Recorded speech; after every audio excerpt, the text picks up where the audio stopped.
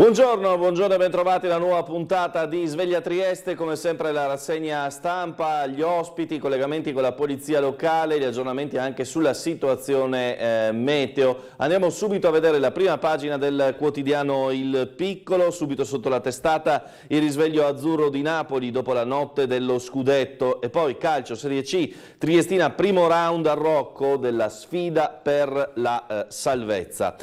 Subito sotto andiamo a vedere le altre notizie. Il Comune approva le nuove regole per le spiagge, dai lettini agli animali, novità sulla balneazione, archiviati anche i divieti legati al coronavirus. E poi purtroppo la tragedia, un'altra nei Balcani, seconda strage in 48 ore in Serbia, 21enne spara e uccide 8 giovani, un'altra strage, la seconda nel giro di 2 giorni, la Serbia che ancora non si era ripresa dal massacro della scuola di Ribnikar, ieri ha vissuto un nuovo incubo, scrive Giantin nelle pagine dedicate ai Balcani. Poi l'OMS dichiara finita la pandemia, approfondimento sul tema. Nel Mediterraneo riprendono quota i traffici portuali, Trieste resiliente. Vertenza, Portopiccolo PPN, gli ex dipendenti ancora senza soldi né certezze.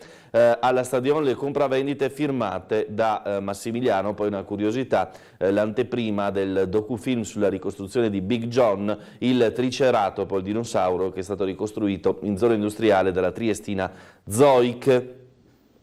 La corsa dei prezzi del cibo svuota il carrello della spesa, tagliato il 5% degli acquisti, gli italiani pagano il 7% in più ma devono rinunciare ai beni di prima necessità. Cambiano le abitudini di consumo, crolla la carne rossa, salgono solo uova e pollo. Carne bovina meno 13%, surgelati meno 8,8%, latte fresco meno 1,4%, riso meno 13%, salumi meno 7%, uova più 4%, pasta meno 11, frutta e verdura meno 5, carne avicunicola più 13 e chiaramente si guarda al portafoglio. Servono maggiori aiuti alle famiglie, abbassare le tasse sul lavoro e più bonus, così Leopoldo Destro, presidente di Confindustria Veneto.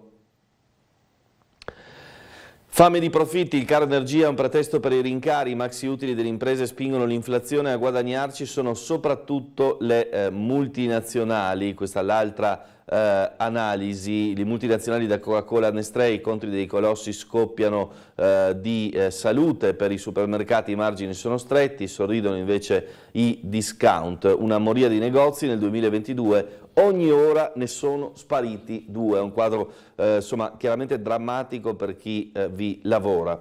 INPS faida tra alleati sull'istituto di previdenza e scontro Fratelli d'Italia Lega. Meloni vuole arginare Salvini sulle pensioni, 3 nomi in lizza, l'INAIL rimarrà il carroccio, intesa su RFI, Strisciuglio sarà il nuovo amministratore delegato. Riforme, Meloni e Casellati convocano le opposizioni, il PD rilancia sul cancellierato. Martedì alla Camera le consultazioni della Premier alla ricerca di una soluzione condivisa, la minoranza è contro il presidenzialismo, asse PD Movimento 5 Stelle per un modello tedesco. L'OMS decreta la fine della pandemia, ma in 3 anni 20 milioni di vittime. Il presidente dell'Ordine dei Medici, Filippo Anelli, avverte in Italia il Covid causa ancora 600 morti al mese, massima attenzione a quelle che sono le varianti. Vediamo la conta definitiva, i decessi confermati in Italia c'erano 189.738, come vedete si supera il 1.100.000 negli Stati Uniti, in Cina si parla di 120.000, resta da capire insomma quanto attendibili siano i dati che provengono soprattutto da certi tipi di paesi che, come dire, non hanno una trasparenza pari agli altri. Seconda strage in 48 ore in Serbia, 21enne spara all'impazzata in strada, 8 morti e 13 feriti gravissimi. Il massacro avvenuto in 2 villaggi a 60 km dalla capitale, innescato da una banale lite tra ragazzi. Killer arrestato a casa del nonno dopo una caccia all'uomo che ha coinvolto 600 agenti di polizia. Vučić lancia la stretta sulle armi e poi evoca la pena di morte. Disarmeremo la nazione e davanti a ogni scuola ci sarà un poliziotto. Il paese sotto shock, scopre l'effetto domino che spiana la strage a nuove tragedie. L'analisi dello psicoterapeuta Andlielic, il pericolo ora è l'emulazione, persone già instabili si sentono incoraggiate a riprendere azioni simili. La preghiera e il dolore anche di Papa Francesco per le vittime. La vittima più giovane aveva solo 15 anni, è stata colpita mentre parlava con gli amici. Una corona per Carlo, l'incoronazione di Re Carlo, una cerimonia snella, un coinvolgimento forte dei sudditi, l'understatement, il nuovo re prova a dare una sua impronta al rituale più antico, insomma tutto il mondo sarà alla TV per vedere una cerimonia insomma epocale, quella dell'incoronazione di Re Carlo. Tra William e Harry occasione per la pace, Mattarella e Parolin a Westminster Abbey. Tra le decine di capi di Stato e di Governo alla cerimonia ci sono il Presidente della Repubblica Sergio Mattarella e il Segretario di Stato Vaticano Cardinale Pietro Parolin. Camilla e Diana, rivalità eterna, l'EDD ostruisce alla regina Camilla la strada verso il cuore del popolo, l'ombra della principessa sulla celebrazione nell'abbazia dei suoi funerali.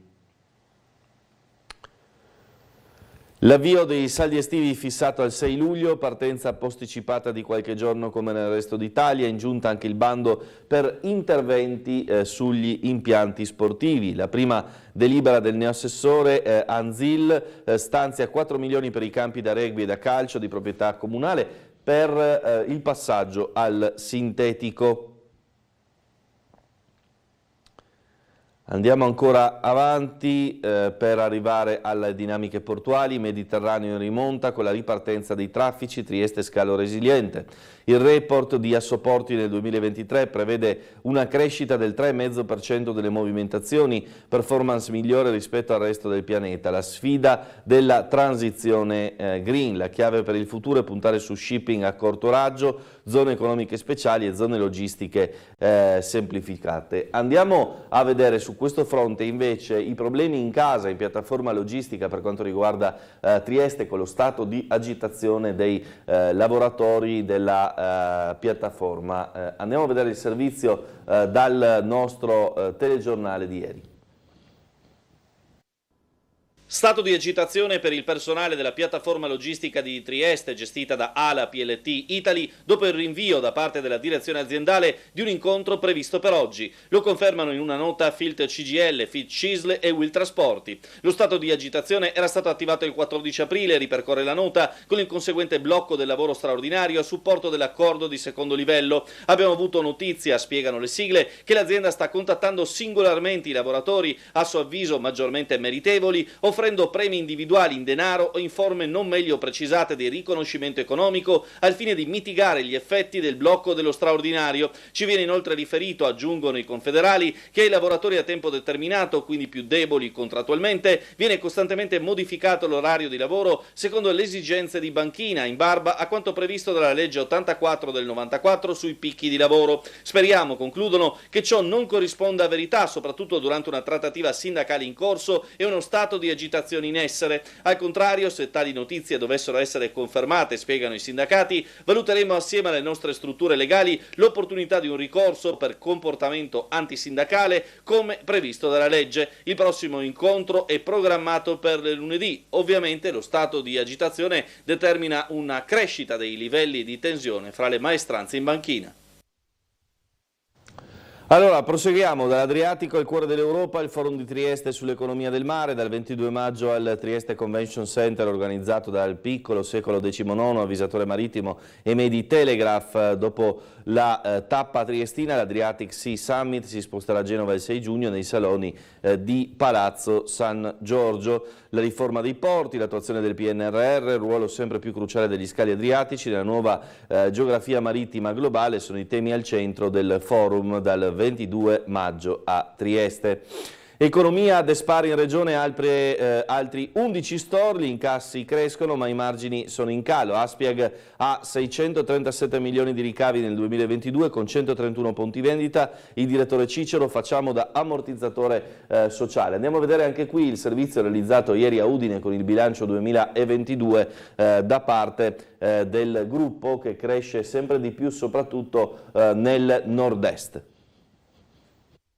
In questa regione abbiamo superato i 634 milioni di fatturato e abbiamo superato la soglia psicologica delle 2000 persone in azienda, con il 90% dei contratti a tempo indeterminato e con il 30% uomini e 70% donne. È continuato anche nel 2022 l'impegno per il territorio di Despar Aspiag Service, concessionaria dei marchi Despar, Eurospar e Interspar per Triveneto, Emilia Romagna e Lombardia, consolidando ancora di più la propria presenza in Friuli Venezia Giulia. Valorizzare i prodotti e i produttori locali, sostenere le iniziative a sfondo sociale per essere sempre più parte attiva delle comunità in cui l'azienda si inserisce sono gli obiettivi che Despar persegue. Durante la conferenza stampa a Udine sono stati illustrati i dati che raccontano il bilancio dell'attività dell'azienda nel 2022. Ormai ogni anno durante la giornata internazionale della donna facciamo una raccolta fondi fatta in collaborazione con i nostri clienti e lo scorso anno l'associazione che abbiamo sostenuto è stata l'associazione Voce Donna di Pordenone, attraverso la quale abbiamo, con la raccolta di 84.000 euro, abbiamo dato a loro la possibilità di costruirsi un alloggio che possa tutelare le donne e i bambini che hanno subito violenza. Questo è un esempio, ma ogni anno scegliamo un'associazione diversa per cercare di dare supporto che abbiamo dato anche a delle famiglie scappate dall'Ucraina, piuttosto che supporto dato ad alcune case di riposo. Facciamo molte sponsorizzazioni, anche questo a supporto del territorio, perché sponsorizziamo poche grandi cose, l'Udinese Calcio, il basket Trieste, altre squadre di basket,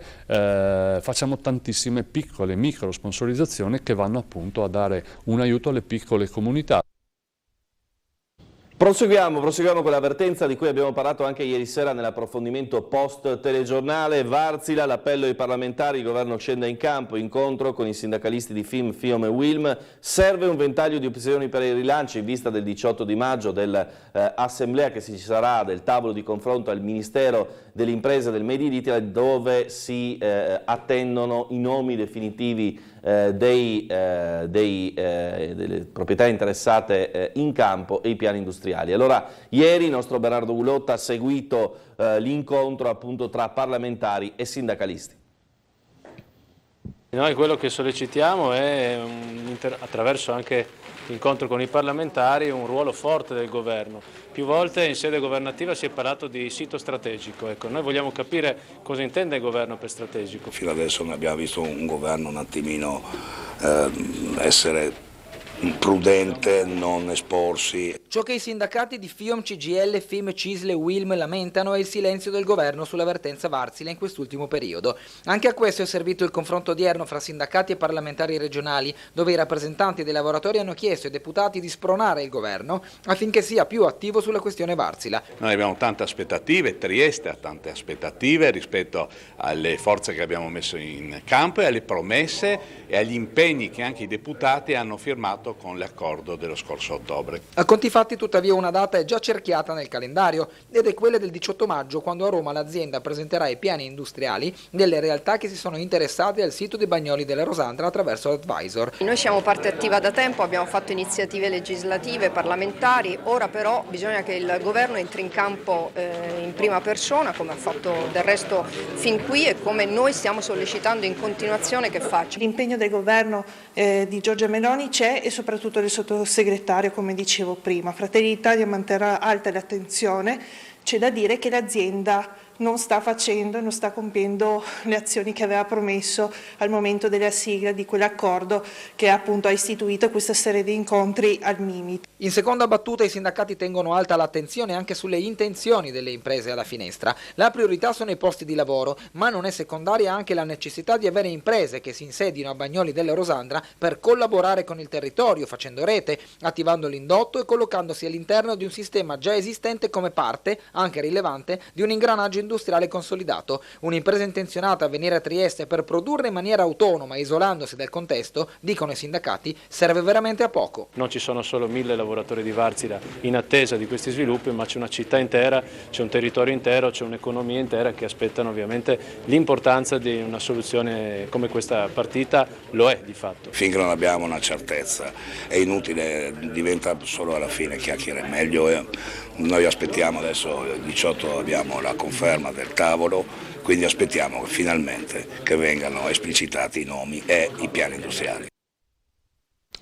Allora andiamo invece alle pagine di cronaca locale del quotidiano Il Piccolo. Brandine, cani, divieti, Covid, addio. Ecco le regole per la balneazione, dagli ombrelloni ai giochi consentiti, il galateo da spiaggia è in vigore fino al prossimo 30 settembre. Vediamo le diverse situazioni, il Pedocini, Topolini, la pineta di Barcola nel pezzo di Laura Tonero. Quindi le nuove regole dopo l'addio ai regolamenti anti-Covid. Anche quest'anno le norme sugli animali sono le stesse di quelle precedenti, resta vietato l'accesso con alcune eccezioni, proibito il transito con bici, skate, pattini e monopattini, sono permessi solamente i mezzi di soccorso nella zona della Battigia. Allora, giochi e musica. L'ordinanza vieta il gioco del calcio, tennis, pallavolo, basket, bocce se può derivarne molestia alle persone. Per competizioni bisogna avere l'autorizzazione del comune.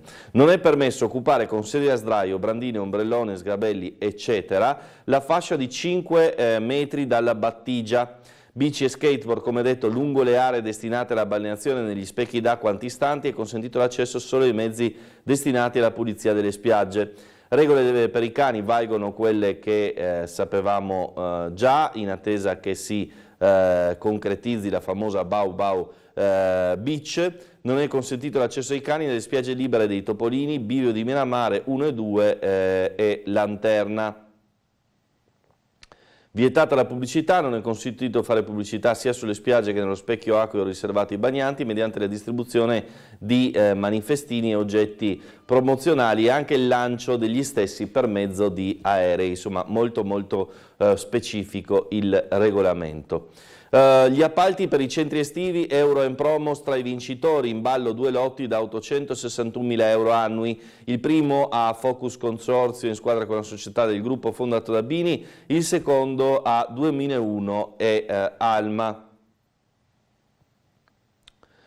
Via libera il pacchetto scuola, aiuta le famiglie fino a 200 euro, le domande si possono presentare al Comune da lunedì attraverso il sito web. Anche qui abbiamo il servizio relativo al contributo scuola del Comune di Trieste per le famiglie più in difficoltà a livello economico. Andiamo a vedere il servizio, poi ci collegheremo anche con la sala operativa della Polizia Locale.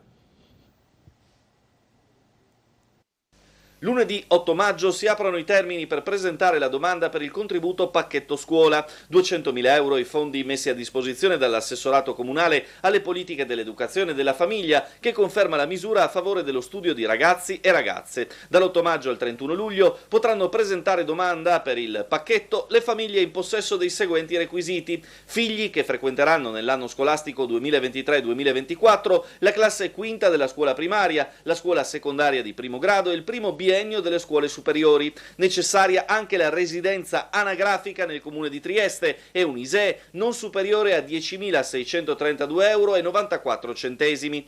Tutti i fondi vanno sempre esauriti, quindi abbiamo deciso di riproporlo anche quest'anno proprio per venire incontro anche in questo momento molto difficile dal punto di vista economico, dove l'inflazione ovviamente colpisce tutti, in particolar modo i nuclei familiari. Noi siamo vicini alle famiglie, siamo vicini ai bambini bambini e questo lo faremo sempre. Agli aventi diritto sarà attribuito un sussidio in denaro sulla base della classe di frequenza nel prossimo anno scolastico, un importo compreso fra gli 84 e i 120 euro per gli alunni della quinta elementare, fra i 140 e i 200 euro sia per quelli delle medie che del biennio delle superiori. Le domande potranno essere presentate esclusivamente online al portale triestescuolaonline.it attraverso il sistema pubblico di identità digitale SPID 2 e la carta d'identità elettronica. Per eventuali informazioni telefonare all'ufficio diritto allo studio allo 040 67 54 020. Ci colleghiamo con la sala operativa della polizia locale, dovrebbe esserci al telefono il commissario Leonardi. Buongiorno. Salve, buongiorno, proprio lui. Dunque, notato nella norma, come mi hanno detto le mie colleghe smontanti, per la giornata di oggi cose che riguardano le viabilità ordinarie non ve ne sono perché ci sono dei mercatini, ma le ripeto non riguardano la parte viaria veicolare per intenderci. L'unica cosa che lo devo segnalare è che alle 16:30 allo Stadio Rocco l'incontro di calcio Triestina San Giuliano, nostro personale sul posto. Per il resto per la giornata di oggi non avrei proprio null'altro da aggiungervi. Bene, grazie all'ispettore capo Roberto Leonardi. A voi. Salve. Ricordiamo in aggiunta ovviamente anche quelli che sono un po' i divieti un po' su tutto il percorso della Trieste Spring Run di domani mattina, no? Su tutta la zona costiera, Viale Miramare fino a Piazza Unità, insomma state attenti che dalle 6 del mattino non si può lasciare lì l'auto. Allora, si stabilizzino gli addetti comunali dei servizi educativi e scolastici, l'USB davanti al municipio, il sindacato, alcuni precari dal 2006, la manifestazione dell'USB davanti al comune. Nuovi operatori e spazi più sicuri al servizio psichiatrico del Maggiore, allo studio del collegamento diretto con la questura, già installato nei 2 presidi di pronto soccorso, una risposta a quelle che erano state purtroppo le aggressioni al personale sanitario ripetitive nel tempo. Salute mentale, welfare e cultura in rete nel nome di Rotelli, esperti oggi a confronto nel Roseto del Parco di San Giovanni, previsto anche l'intervento di Deborah Kestel dell'Organizzazione Mondiale della Sanità. Patente rinnovata senza accenti sloveni e da Trieste parte il lavoro delle diplomazie. La vicenda dell'ex consigliere comunale Stefan Ciocc a Roma e Lubiana, interrogazione della senatrice Roitz a Piantedosi, sostanzialmente gli venivano chiesti 150 euro in più per avere la patente con i segni diacritici sloveni. Poi la cosa è arrivata come segnalazione a Roma e il caso è stato risolto. Resta il tema che insomma tutto ciò dovrebbe andare in maniera automatica per chi ne ha bisogno. Andiamo ancora avanti, dal bivio Guerra e Pace all'ebbrezza di Dioniso, la notte dei classici si prende la rivincita, al Petrarca, Dante e al Presciren, eventi organizzati in autonomia dagli studenti per la prima volta dal 2019 senza le restrizioni anti-Covid. Vediamo qui alcuni dei gruppi che insomma hanno animato la notte dei classici a Trieste nei vari licei. La studentessa avevamo fatto tutto noi, compresi i casting per scegliere gli attori e la realizzazione dei costumi. La preside, dopo anni di mascherine e difficoltà, si torna alla normalità, così i ragazzi capiscono che la scuola è loro. All'asta una serie di atti d'epoca sui terreni attorno a Miramare, oltre 500 lotti in vetrina e vendita alla Stadione a metà maggio. Una delle chicche è costituita da alcuni contratti di compravendita da parte di Massimiliano d'Asburgo. Anteprima tributo a Trieste per il film documentario sulla ricostruzione di Big John, il triceratopo di cui si occupò la ditta triestina Zoic. Lunedì all'Ariston la proiezione d'esordio del racconto cinematografico sulla meticolosa opera del team del geologo imprenditore triestino Bacchia. Ex dipendenti PPN ancora senza soldi né certezze, i 70 addetti coinvolti in attesa dell'ultimo stipendio di marzo, del TFR, della cassa integrazione. Intanto l'iter della ripartenza non si sblocca a Portopiccolo. Santa Croce celebra un secolo di gloria con il libro sul Vesna, presentato sul campo sportivo, il volume in doppia lingua, curato da Riccardo Tosques. Nuovi alberi e zone 30 Muggia, fra ecosostenibilità e sicurezza, le piantumazioni scattate da via Roma, limiti di velocità introdotti in centro 25 aprile, via Forti e via D'Annunzio. Rientriamo un attimo dalla visione del quotidiano per andare alle pagine del Piccolo. Unione, primo round della sfida salvezza, i 5.000 del Rocco sono un'arma in più. Alle 16.30 va in scena la gara di andata dei play-out contro il San Giuliano, Bakogu in forze per una conclusione. Si tratta ovviamente della gara d'andata dei play-out. Per la Triestina è fondamentale vincere e magari mettere qualche gol di vantaggio rispetto al San Giuliano, che invece ha due risultati su 3 a disposizione per passare il turno che, come detto, si compone della partita d'andata e del ritorno. Botteghini dello stadio dalle ore 14 si possono acquistare, apertura dei cancelli alle 14.30, inizio della partita 16.30. Quindi insomma c'è ancora la possibilità ovviamente di acquisto, la speranza che ci sia il massimo di tifosi possibili a supportare la squadra. Gentilini non pensa a novità nell'assetto, ma potrebbero entrare Felici e Minesso. Il Punto, l'indagine e le polemiche per 90 minuti restino fuori dallo stadio, dice Ciro Esposito nel sua diciamo così, invocazione a occuparsi del tifo, del supporto alla squadra in questa sfida importantissima. Così come sarà fondamentale il match di domani a Brindisi, dove Trieste si gioca la salvezza in A1. Ne abbiamo parlato nel corso dei nostri approfondimenti sportivi con Francesco Freni di Sport in the City, e dunque andiamo a vedere quelle che sono un po' le chiavi del match, ma anche dando uno sguardo a quello che potrebbe succedere fra le altre 3 squadre che sono a rischio. Lotta per la salvezza all'ultima giornata, ma con Trieste che ha ancora una volta il destino nelle proprie mani, perché vincendo a Brindisi, squadra di rango da playoff, Trieste sarebbe salva. Trieste è vero che ha il proprio destino nelle sue mani, però bisogna anche dire che l'impegno è di quelli che fanno un po' tremare le braccia, no? Bisogna in questo caso, come fatto domenica scorsa, sicuramente contro una squadra di rango inferiore rispetto a Brindisi, gettare il cuore oltre l'ostacolo, ma soprattutto metterla sul piano della voglia, della motivazione, della come dire, furia agonistica nel cercare di raggiungere un obiettivo che per Trieste nel confronto contro Brindisi è sicuramente più importante, nel senso che Brindisi in questo momento è già sicura di partecipare ai playoff.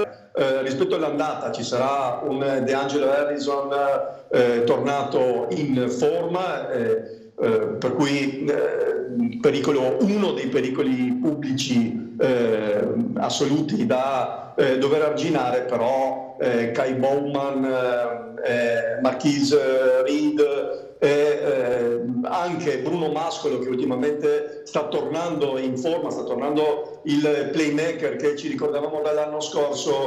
Se Brescia dovesse perdere a Scafati rischia di perdere, anzi perde i playoff, e allora lì, come dire, c'è la speranza che Brescia raggiunga il proprio obiettivo e, come dire, faciliti le cose ai triestini.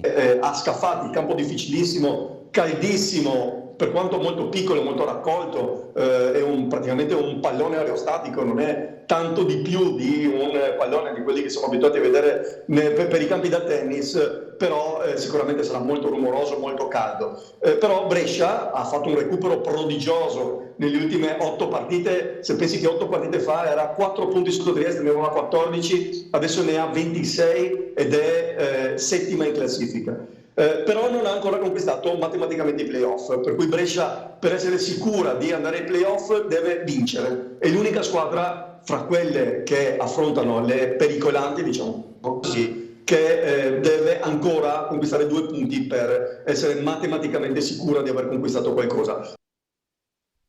Come detto, Pallacanestro Trieste che si giocherà il tutto per tutto a Brindisi. 2 giocatori reduci da infortuni, Bartoli e De Angeli, si sono allenati regolarmente, quindi saranno del gruppo, squadra carica per la gara di domani che vale la permanenza in Serie A.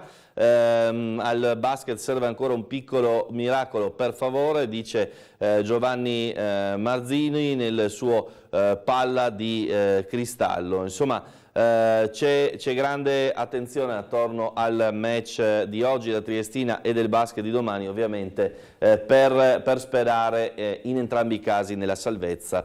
Risveglio azzurro, Napoli attraverso il calcio svela un'immagine nuova e matura. Vabbè, diciamo che su questo sottotitolo si potrebbe opinare, visto quanto abbiamo visto invece al Friuli, quindi insomma punto di domanda. Sul trionfo pesa il futuro incerto di Spalletti e del goleador Osimhen, il tecnico Resto lo dice De Laurentiis. Il Bayern intanto è sul nigeriano, soccorse 200 persone durante la festa, poi ricordiamo i feriti, 8 le persone soccorse in stadio, a Udine 15, insomma non è proprio stata una festa diciamo così degna di questo nome. Trieste impatta contro Molteno e vola in semifinale con Cingoli. La squadra di Radojkovic, pur in emergenza per i tanti infortuni, tiene testa agli avversari, si fa rimontare nel finale ma va avanti nel playoff promozione. 20-20 il finale, dunque ora la Pallamano Trieste va in semifinale promozione oggi contro Cingoli e si gioca la possibilità di accedere appunto alla finale promozione A1. Sarà molto dura anche nell'eventuale finale, ma insomma la Pallamano Trieste ancora una volta ci prova a tornare nella categoria che gli spetta. Tra poco inizia il dibattito, Giorgio Cecco, lista di piazza, Carlo De Donato del PD con noi tra pochissimo.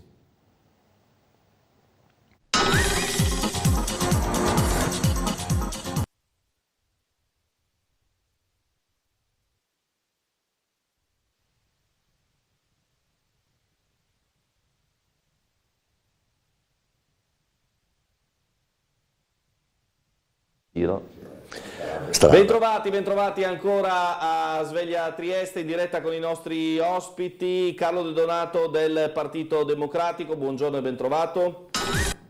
Buongiorno a lei e buongiorno agli ascoltatori. E Giorgio Cecco della lista di piazza, buongiorno Cecco. Buongiorno a tutti. Buongiorno. Allora, entrambi rappresentanti della quinta circoscrizione, dove peraltro c'è stato in settimana un confronto con gli assessori Lodi e Babuder, quindi il neo assessore all'urbanistica, l'assessore ai lavori pubblici, su tutto il tema delle manutenzioni. Volevo sentire entrambe le sensibilità su quello che è stato chiesto, su quelle che sono state le risposte e quelli che sono i problemi più urgenti di una circoscrizione che comprende San Giacomo, Barriera e Ponziana. De Donato vuole iniziare? Comincio io? Sì. Va bene, grazie.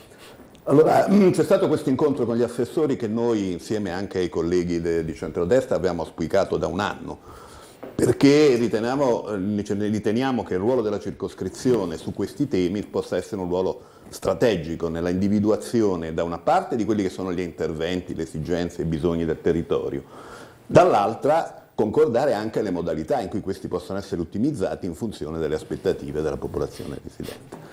Noi abbiamo in maniera condivisa definito un piano di interventi che riteniamo prioritari come quinta circoscrizione, che è stato approvato all'unanimità in Consiglio e che è stato trasmesso agli assessorati competenti per la discussione. Questo è avvenuto a maggio dell'anno scorso, solo a distanza di un anno sostanzialmente siamo riusciti ad aprire questo confronto, nel quale obiettivamente avevamo l'assessore Babuder che ha dimostrato grande buona volontà presentandosi dopo una settimana di nomina, ma che chiaramente ci ha potuto dare delle risposte parziali perché non ha avuto ancora il tempo materiale di impadronirsi della materia a 360 gradi. Con l'assessore Lodi invece il discorso è un po' più consolidato e anche lì abbiamo qualche osservazione da fare. Quali sono i problemi più importanti a livello di manutenzione? Secondo noi ci sono 3 questioni di fondo che ci mettono a disagio, perché poi in realtà con i colleghi del centrodestra a livello territoriale siamo d'accordo quasi sempre su tutto. Invece nelle relazioni con l'amministrazione comunale, con la giunta, abbiamo 3 ordini di problemi. Un primo problema è quello che le ho esposto adesso, c'è poco confronto con gli assessori e poco confronto con gli uffici tecnici. Questo fa sì che molte volte si prendono i provvedimenti che vengono presi, non tengono pienamente conto di quelle che sono le vere esigenze della popolazione. Noi pensiamo che come consiglieri circoscrizionali noi potremmo dare una grande mano nel aiutare i competenti organi comunali a trovare le soluzioni più efficaci. Il secondo tema è che ancora una volta percepiamo nella logica di questa amministrazione l'idea della soluzione dei problemi attraverso grandi opere che non corrispondono alle reali aspettative della popolazione, ma servono in qualche modo per immagine più che per sostanza, e nel caso specifico, quello di cui abbiamo discusso proprio nell'incontro dell'altro ieri, è stato l'impianto sportivo che è stato progettato in via Frausin. Lì c'è una richiesta, che è una richiesta storica della popolazione del quartiere, che è stata portata avanti dal Partito Democratico, ma condivisa anche dalle forze politiche di centrodestra, sull'esigenza della definizione di una palestra che rispondesse alle esigenze dei ragazzi delle scuole, lì ci sono degli plessi scolastici molto importanti, e che potesse in questo modo anche dare una risposta come struttura per accogliere attività ludiche, ricreative, sportive e anche attività di tipo socioculturale per la popolazione del quartiere. Invece la decisione che è stata presa è quella di fare un impianto che è sostanzialmente un palazzetto dello sport con certificazione CONI. Dove dovrebbe sorgere? In via Frausin, nell'area ex Pavan per intendersi, dove oggi c'è un campo di basket coperto che viene utilizzato tempo permettendo dagli studenti delle scuole per fare attività sportive, che viene utilizzato comunque da associazioni presenti sul territorio per svolgere le proprie attività. Okay. Allora, questo è un po' il punto con Donato. Poi l'ultimo tema, se posso, che ci è sembrato trascurato, è il tema della pedonabilità nel quartiere. È un problema che riguarda tutta Trieste, ma che riguarda in particolare, in maniera molto precisa, la nostra circoscrizione. I marciapiedi sono tutti in cattive condizioni e sono tutti assolutamente inadeguati per garantire la pedonabilità di soggetti deboli, madri con carrozzine, persone di difficile ambulazione. Quello che noi abbiamo chiesto e su cui non abbiamo avuto una risposta è: non pensiamo che si possa risolvere tutto il problema da subito, ma definire un piano di interventi che cominci a individuare alcune direttrici fondamentali. Faccio un esempio: via della Madonnina. Io ho visto dei disabili con la carrozzina elettrica imboccare via della Madonnina contromano, perché altrimenti non hanno modo per arrivare in città. Certo. Cecco, il suo punto, io cercavo di recuperare la mappa di via Frausin per mostrare il punto, ma non praticamente Campo San Giacomo, quasi all'incrocio con via San Marco.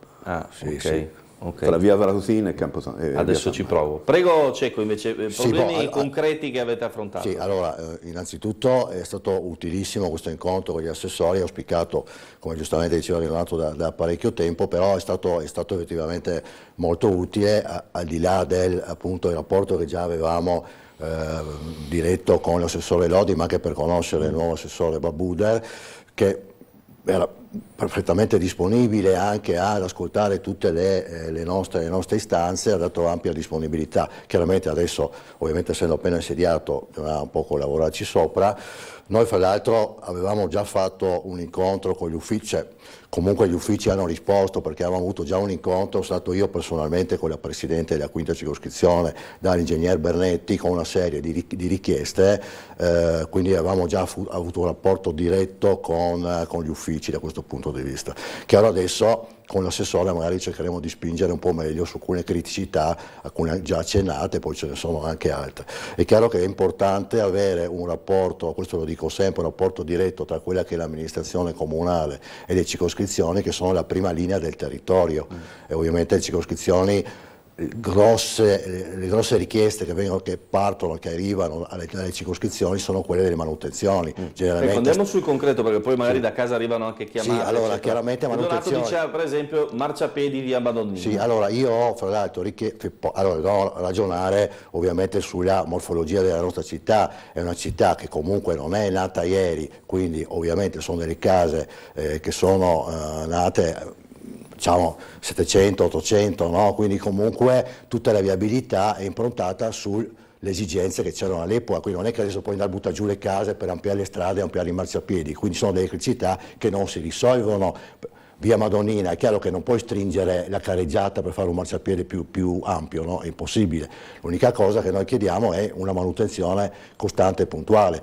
Voglio ricordare adesso, quando c'era l'amministrazione di centro-sinistra, mi ricordo Cosolini, le manutenzioni erano inesistenti, me lo ricordo benissimo, facevamo interventi e richieste ogni giorno, quindi sicuramente è un problema generale che non è che adesso in questo momento questa amministrazione, ovviamente dipendono anche dai fondi, no? I fondi a disposizione, le risorse sono quelle, giustamente come diceva Buda l'altra sera, non è che possiamo far miracoli, dobbiamo impegnarci. Allora, l'idea è quella, noi abbiamo fatto e penso che sia una cosa ben fatta e che vada portata avanti un nostro programma delle opere con vari interventi, questo via Madonnina, ma anche interventi più interessanti.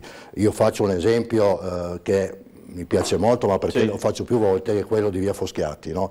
Via Foschiatti è una piccola via pedonale, è stata resa pedonale all'epoca del sindaco Cosolini, con una buona visione, perché poi effettivamente questa è una via che funziona, è una piccola via pedonale non centrale, perché comunque fuori da quello che è l'area. La via che dall'ospedale Maggiore va in Largo Barriera, esatto, possiamo vederla anche nella mappa, esatto. Torice Franco in regia, che era una via semi abbandonata, i negozianti avevano mezzi chiusi eccetera, adesso invece sono aperti i negozi nuovi, è una via molto molto frequentata. Comunque ha aperto la gelateria, il bar nuovo. Questo è un esempio che funziona. Che funziona perfettamente. Qual è il problema? Il problema è che all'epoca la giunta Cosolini aveva semplicemente chiuso la strada, senza dare i servizi. Allora la richiesta che abbiamo fatto già anni fa, come attraverso la circoscrizione, che l'abbiamo ripreso già l'altro anno, è quello di dotarla di servizi, ovvero togliere il marciapiede che è rimasto, che non serve a niente ovviamente, portare la pedonizzazione che c'è in Largo Barriera, portarla avanti con la stessa tipologia, in modo da dare anche un senso urbanistico alla cosa, sistemare l'illuminazione che adesso è un'illuminazione stradale, che invece farla una pedonale, e magari mettere 2 telecamere perché i negozianti segnalano alcuni vandalismi eccetera. È una richiesta fatta dai residenti e dai commercianti, che noi abbiamo portato in circoscrizione un paio d'anni fa, addirittura abbiamo portato in audizione i commercianti in circoscrizione, e quindi è una cosa che noi stiamo pressando all'amministrazione. C'è la disponibilità, adesso vedremo un attimo, e questo è un esempio classico, è uno degli esempi, diciamo, anche per poi portare avanti un percorso virtuoso che volevamo fare, che abbiamo più volte parlato nella circoscrizione, un percorso che può essere sia commerciale ma anche turistico, collegato al mercato coperto, che è un altro dei punti interessanti del programma, insomma, che avevamo messo in piedi. Mi sembra che ci sia l'ampia disponibilità da parte dell'amministrazione, adesso bisogna vedere appunto con il nuovo assessore se riusciamo a recuperare anche alcune programmazioni e progetti che avevamo già proposto. Certo, allora poi andremo anche di nuovo su problemi, diciamo, di marciapiedi e di altre cose. Andiamo sul fronte sicurezza, perché ne parlavo prima di iniziare proprio con De Donato della situazione di Piazza Goldoni, dove si verificano di continuo purtroppo episodi come questo. Le immagini sono sfocate, ma la vicenda ormai la conoscete, cioè padre e figlio che sostanzialmente vanno ad attuare una sorta di regolamento di conti con un ragazzo che aveva rubato dei contanti al proprio figlio. Il ragazzo poi non è chiaro se sia stato effettivamente individuato, la gran parte delle persone non sono di etnia italiana, però fatto sta, i fatti si ripetono di continuo in Piazza Goldoni, vicino al noto fast food, di notte, ma in questo caso anche di giorno. Tra l'altro questo video è stato recapitato ieri dopo un colloquio anche al procuratore De Nicolo, che non era ancora parte della vicenda perché non è partita la denuncia di reato. Perché? Perché in questi casi deve arrivare una denuncia da parte dei soggetti interessati, che per ovvi motivi poi alla fine evidentemente non è arrivata. Ecco, scene del genere destano una certa preoccupazione, perché è vero, De Donato mi diceva, purtroppo qua subiamo, come dire, episodi da parte di stranieri. È vero però che insomma durante il giorno, no, davanti a tutti. Vediamo pure l'immagine ancora, prego De Donato. No, io credo, innanzitutto non parlavo di stranieri, dicevo di la problematicità che si trova sul territorio, ma non è determinata dai residenti nel territorio, ma probabilmente è determinata da certe scelte che vengono fatte nella gestione e apertura di punti di ritrovo che non sono coerenti con il rapporto sano con la socialità nell'area in cui vengono attivate queste iniziative e su cui probabilmente ci potrebbero essere delle valutazioni di tipo diverso da parte di chi le gestisce e di chi ne ha la responsabilità. Ecco, questa però è una realtà. C'è chi dice in piazza Goldoni, mentre vediamo appunto le immagini di quanto è successo e anche altre immagini di degrado, serve un presidio fisso, cioè in tanti dicono le telecamere per l'intervento a posteriori servono ma non evitano i fenomeni. Lei cosa pensa? Io penso innanzitutto che, faccio un esempio, sempre in piazza Goldoni sta chiudendo un locale che era storico, che faceva parte della cultura della nostra città, che è il Clan Café, dove non abbiamo mai avuto problemi, che ha sempre alimentato un rapporto con la socialità. Probabilmente il problema è che bisogna verificare la compatibilità con l'area in cui viene aperto un locale di un determinato dice non tipo. fa più piacere andare lì? No, non è, no, perché ti dico, a parte che non fa piacere, ma dico che chi va probabilmente io con mia figlia lì non vado a bere caffè. Quel fast food evidentemente è aperto e si rivolge a una clientela che ha determinate caratteristiche. È cambiato il sistema commerciale in tutte le città. Però su questo va gestito, secondo questa trasformazione va gestita. Per quanto riguarda il tema della videosorveglianza, io non sono innamorato della videosorveglianza, ma neanche la demonizzo. È evidente però che se non c'è accompagnata alla videosorveglianza tutta una serie di normative che da una parte garantiscano la privacy dei cittadini, e dall'altra ne facciano veramente uno strumento efficace in termini di prevenzione, è solamente una spesa inutile. Ma quindi lei metterebbe il poliziotto lì, fisso? Più che fisso bisognerebbe che ci sia, come è avvenuto ad esempio sempre nel nostro quartiere, Piazza del Perugino, Piazza Garibaldi, dove ci sono stati dei problemi in passato. Le indicazioni che sono arrivate alle forze dell'ordine, fra l'altro abbiamo avuto anche degli incontri con le forze dell'ordine, sono state quelle di garantire un presidio mobile. Non c'è bisogno che ci sia il poliziotto, oppure come avviene nelle piazze di Roma, l'esercito con la sua autoblindo piazzata lì. Probabilmente sarebbe sufficiente la percezione di una sorveglianza del territorio, anche in modo dinamico, che sicuramente potrebbe dare una percezione di sicurezza maggiore ai cittadini e di deterrenza a chi si fa mettere. Serve il presidio fisso in piazza Goldoni? Allora, secondo me servono dei presidi, soprattutto in alcuni periodi e anche in alcune zone. Io appena insediato il questore, mi ricordo, ho avuto modo di parlare con lui, effettivamente lui era propenso a mettere dei presidi in alcune, soprattutto all'inizio era Largo Barriera, Piazza Garibaldi, eccetera. Io credo che c'è la necessità di avere dei presidi fissi, soprattutto in alcuni periodi e soprattutto in alcune aree. In questo momento le forze dell'ordine hanno incrementato la loro presenza sul territorio, lo vediamo. Ieri sono passato in piazza Goldoni, anche l'altro ieri c'era fissa un'auto della polizia, per cui comunque c'è un incremento dei presidi nelle aree sensibili. Io credo che bisogna lavorare in questo senso.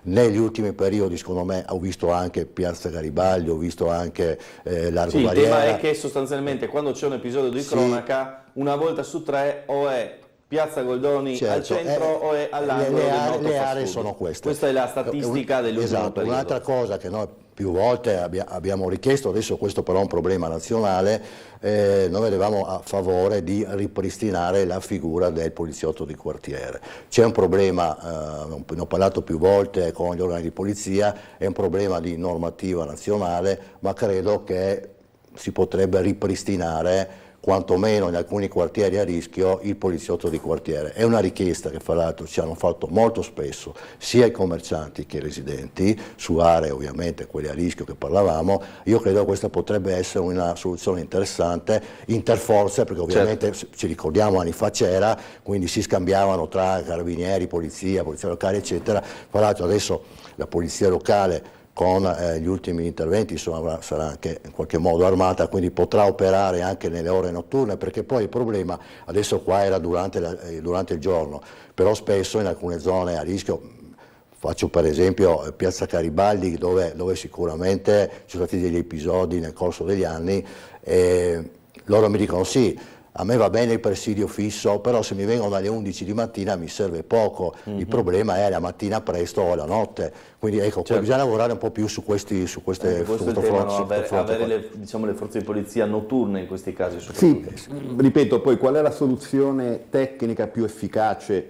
Io credo che lo dobbiamo lasciare alla responsabilità dei tutori dell'ordine, credo che siano questore, prefetto, le persone indicate a individuare qual è la soluzione ideale. La mia esperienza professionale, ma non c'entra nulla con questo perché non mi occupavo di sicuro di queste cose, mi dice che più che la presenza fisica, che poi non è mai eterna, no? Poi alla fine c'è sempre il momento in cui è necessaria l'idea che ci sia un controllo del territorio costante, quindi che ci siano dei mezzi della polizia che sono disponibili, girano nel quartiere, intervengono rapidamente nel caso di segnalazioni, perché un episodio come quello che abbiamo visto è evidente, al di là della lodevole iniziativa del cittadino che ha ripreso la scena, ma probabilmente se fosse arrivata la polizia fosse intervenuta in 2 minuti sarebbe cambiata completamente la dinamica del Per questo dico il poliziotto di quartiere o qualcosa del genere, che comunque conosce il territorio, quindi è anche in rapporto diretto sia con i commercianti che con i residenti, che comunque si possono anche scambiare le informazioni,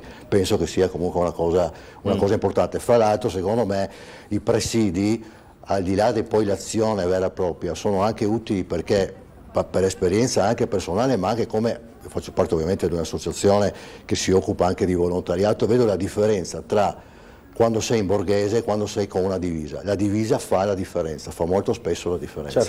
Allora, mi pare ci fosse una telefonata, chiedo a Franco Torricella dalla regia, poi vediamo anche un altro video che invece ci è stato mandato da un residente in zona che riguarda Barriera, riguarda una situazione insomma che ha creato un po' di polemica anche sui social. C'è la telefonata? Sì. Prego. Posso? Buongiorno. Sì, prego, assolutamente. Buongiorno, sono Silvio Pacor e sono stato per 10 anni presidente della quinta circoscrizione dal 2001 al 2011. Prego Silvio. Per cui ringrazio vivamente i 2 consiglieri in aula che riportano tematiche che conosco molto bene da tanti anni. Per quanto 2 cose sono quelle, a parte il discorso del Pavan che ho sentito parlare adesso, per cui auspico una soluzione che vada comunque a favore dei ragazzi di Trieste, sia come società sportiva o come centro di aggregazione fra le varie scuole, sarà il comune assieme alla circoscrizione a stabilire cosa.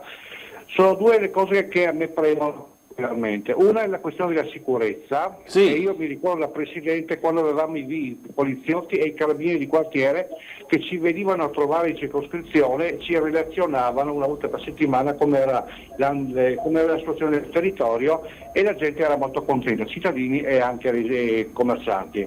Poi invece un'altra cosa che questo servizio secondo me va ristabilito, come anche Giorgio Cecco l'ha detto adesso in televisione. Dopodiché il problema della sicurezza stradale, segnalo che via del Viano, all'altezza della curva vicino alla caserma dei carabinieri, dei pompieri, la gente tende a correre un pochino troppo, e anche uscire dai parcheggi sulla curva di via del Viano, in corrispondenza dinanzi a via del Viano numero 15, c'è sempre un certo pericolo ad uscire perché c'è scarsa visuale. Quindi o uno specchio parabolico o un potenziamento della semaforizzazione vicino alla caserma dei pompieri, o un sistema di controllo o di distorsione della velocità. Ecco, è un tratto che io volentieri porterei a 30 km/h, almeno quel tratto di attraversamento, dalla caserma dei pompieri fino alla fermata del bus, per impedire che le macchine che escono dal parcheggio vengano centrate da altre macchine con incidenti stradali, perché è veramente pericoloso uscire. Da quando hanno fatto quella curva di Via Dalviano? Sì, c'è la curva di Via Dalviano, dove sono i vigili del fuoco. Una pista ciclabile che secondo me è una cosa disdicevole per come l'hanno fatta. Spero che la tolgano via perché è anche pericolosa. Ecco, io auspicherei un maggiore controllo di sicurezza e degli accorgimenti particolari, come appunto più che dissuasore di velocità, oltre che dissuasore di velocità, ma soprattutto limitare in quel tratto a 30 km/h per evitare incidenti. Grazie e buon lavoro. Grazie a Silvio Pacor, giusto? Sì, Silvio Pacor. Aiutatemi con la mappa così riusciamo a far capire alla gente da casa di che cosa stiamo parlando. Vigili del fuoco, la caserma dei Vigili del fuoco. Eccola qua. Allora, quindi subito dopo le Torri d'Europa c'è la caserma e qui sotto c'è via dei lavoratori dove c'è la sede di Trieste Trasporti. Esatto, là c'è un problema, c'è anche la pista ciclabile. No? Allora, da quando hanno fatto la pista ciclabile, i parcheggi delle auto sono andati verso la carreggiata. No? Quindi prima erano più interni, e questo cosa provoca? Tu quando devi uscire con la macchina sei in piena curva e non riesci mai a vedere, quindi praticamente se c'è un po' di traffico tu non esci mai, stai là 20 minuti prima di riuscire a uscire con la macchina, ed è anche pericoloso. Allora la richiesta, io ho fatto anche una mozione apposita alla circoscrizione che è arrivata al comune, e ne ho parlato fra l'altro con l'ingegner Bernetti che sta un po' valutando la situazione, perché per fortuna fino adesso non ci sono stati incidenti, no? Allora questo da un punto di vista è positivo, dall'altro negativo perché non c'è la tematica degli incidenti, no? Ecco, però effettivamente è là, basterebbe mettere uno o due specchi parabolici in modo che quando la gente quando l'automobilista tenta di uscire riesce con più facilità, oppure in qualche modo cambiare il senso del parcheggio. Adesso è un parcheggio perpendicolare alla strada, magari farlo un po' più obliquo in modo che si riesce a uscire con più facilità. Queste erano un po' le richieste che avevamo fatto, sollecitato proprio dai residenti perché hanno questo di grossa difficoltà. Certo. De Donato, d'accordo su questo tipo di sì, una mozione approvata all'unanimità. La mozione è stata approvata all'unanimità. A proposito di quello che diceva l'ex Presidente, io sono anche molto d'accordo sull'idea che bisogna rallentare in città e che quindi l'idea di alcune strade che sono pericolose, introdurre la zona 30, credo che sia importante, soprattutto in un quartiere come quello di San Giacomo, dove sappiamo le strade hanno le caratteristiche di cui parlavamo prima e dove quindi diventa pericoloso veramente per chi non usa l'automobile anche camminare, quindi sia necessario. Sì, no, ma ti dico, non c'era una volta questo problema e si è incrementato proprio con la pista ciclabile, perché avendo arretrato... Ma a parte nello specifico, c'è la necessità di regolamentare, c'era probabilmente la necessità anche di introdurre qualche strumento come qualche stop, qualche cosa su cui sappiamo che gli uffici tecnici del comune non sono favorevoli, ma ci sono degli incroci dove avvengono ripetutamente incidenti, noi ne abbiamo alcuni che sono i primi nella lista della città, e dove probabilmente qualche intervento di questo genere sarebbe più efficace. Allora, prima della pubblicità c'è una telefonata, quella che sentivo arrivare poco fa in linea, perché se in linea l'ascoltiamo così non cade, altrimenti no. Pronto?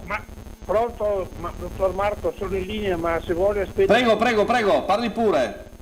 Allora sarò veloce.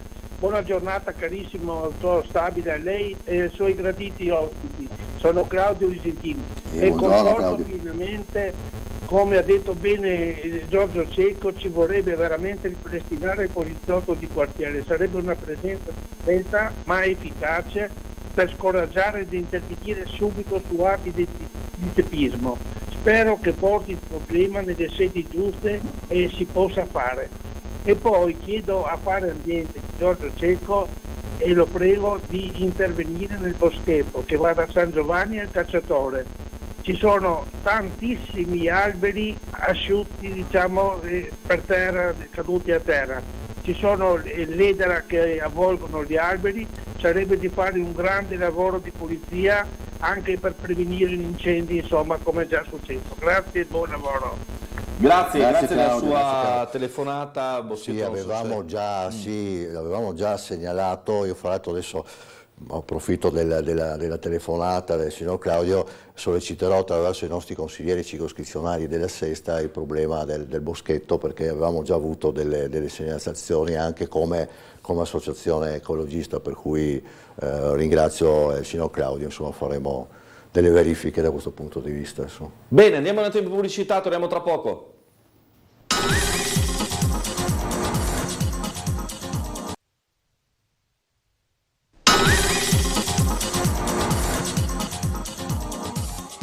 Bentrovati ancora in diretta. Giorgio Cecco della lista di piazza, Carlo De Donato del PD, entrambi consiglieri circoscrizionali della quinta circoscrizione, quindi San Giacomo, Barriera, Ponziana. Se avete domande, perplessità su questa parte della città, chiamateci, telefonateci, mandateci una mail. C'è un telespettatore di Barriera che ci ha mandato anche un video, una situazione di degrado. Ora precisiamo, allora, come dire, col massimo diciamo rispetto per la persona sulla sua situazione di difficoltà, insomma non vogliamo certo enfatizzare questo, però siccome sono già stati episodi di senza tetto, di persone che dormono davanti ai negozi eccetera, poi si è scatenato il caso, non è che possiamo nemmeno fare finta di nulla. Vediamo il video girato da un nostro telespettatore in Barriera, all'altezza dell'ex sportello bancario di Barriera, con quest'uomo che dorme, questo senza tetto che dorme fuori dall'ex sede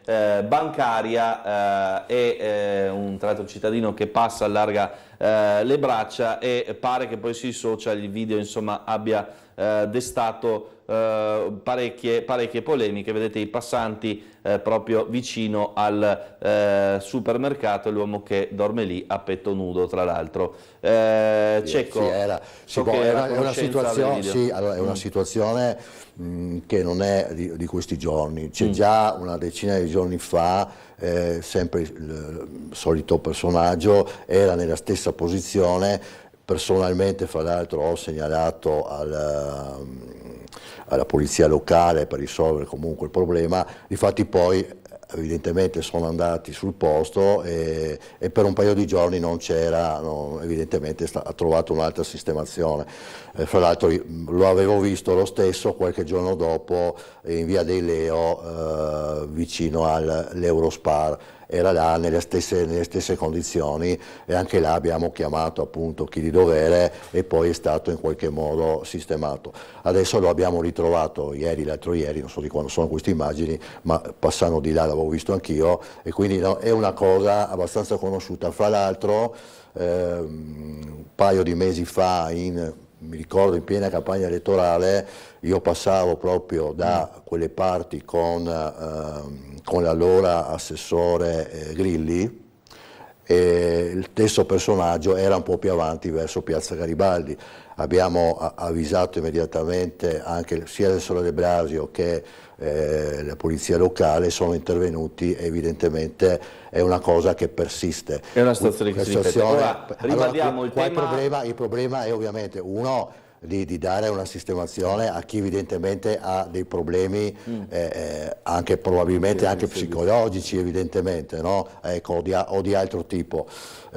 Sicuramente non è che l'intervento della polizia locale risolve il problema, c'è un problema di servizi sociali e altro che riescano a prendersi in carico la persona. Ecco, qui il tema non è la persona che ha i suoi problemi, che va aiutato eccetera, però De Donato, prima facciamo un discorso che ricorda in qualche modo il discorso che fa anche chi ha girato questo video, che tra l'altro è un ex negoziante della zona di Largo Barriera, cioè se io mi trovo in Piazza Goldoni con determinate situazioni ripetitive, in Barriera con situazioni del genere, è ovvio che poi non c'è un particolare invito alla gente a sostare, a fermarsi, a venire a comprare qualcosa, cioè come dire è un discorso più globale, no?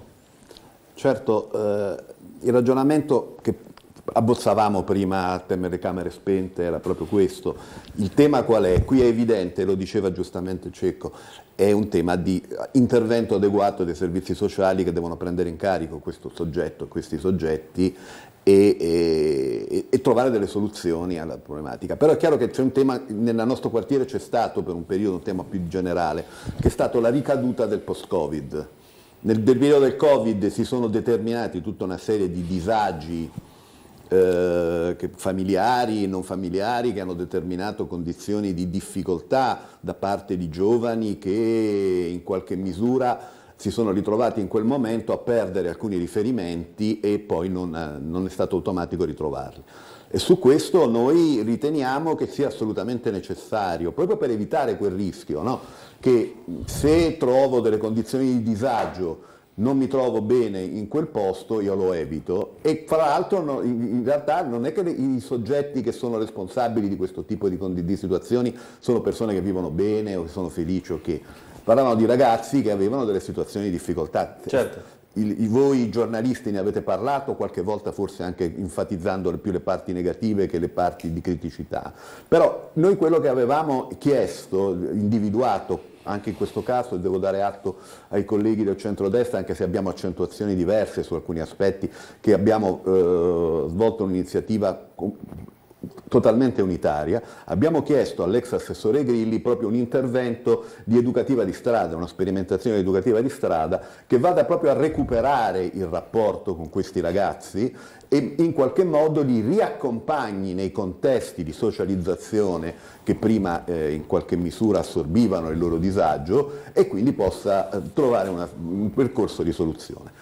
L'assessore è cambiato e quindi aspettiamo di sapere dal nuovo assessore se proseguirà in questo. Ecco, qui si faceva il discorso, perché prima parlavamo degli episodi che erano capitati in piazza Goldoni. Prima però mi accennavate invece di altre zone della circoscrizione dove invece sono soprattutto i giovani di casa nostra che allora, destano questa preoccupazione. Se posso, proviamo un attimino proprio riferimento a quello che diceva adesso Donato.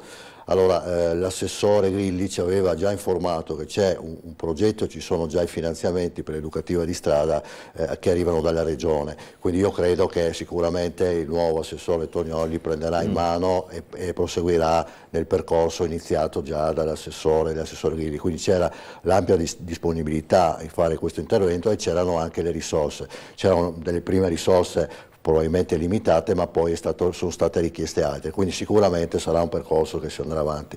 Certo c'è un problema anche appunto di disagio giovanile che abbiamo riscontrato, ma che lo riscontrate molto spesso anche voi giornalisti in altre zone.